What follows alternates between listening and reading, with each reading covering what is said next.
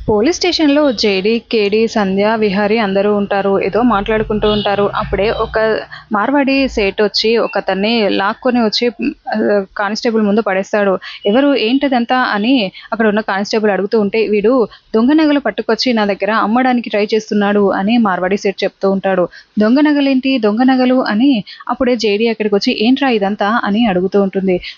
దొంగ నగలు అవి దొంగ నగలు కాదు మేడం మావే అని అతను దొంగ చెప్తూ ఉంటాడు.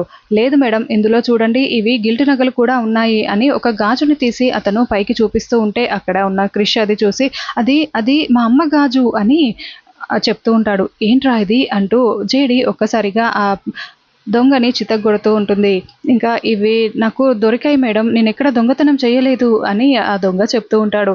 అవునా ఎక్కడ దొరికిందిరా అని దొంగని కారులో ఎక్కించుకొని జేడీ, కేడీ, విహారీ వాళ్ళు కృష్ణని తీసుకొని మరి చూపించిన ఆ ప్లేస్‌కి తీసుకొని వెళ్తారు. అక్కడ లక్ష్మి చైర్‌లో తాళ్ళతో కట్టేసి బంధించి ఉంటుంది. బయట ఇద్దరు రౌడీలు కాపలా ఉండి ఉంటారు.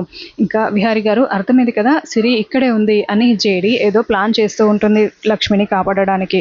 మొత్తానికి సిరి ఆచూకీ అయితే పోలీస్ వాళ్ళు కనుక్కున్నారు. కానీ ఇప్పుడు సంధ్య కానీ, విహారీ కానీ లక్ష్మిని చూస్తారా?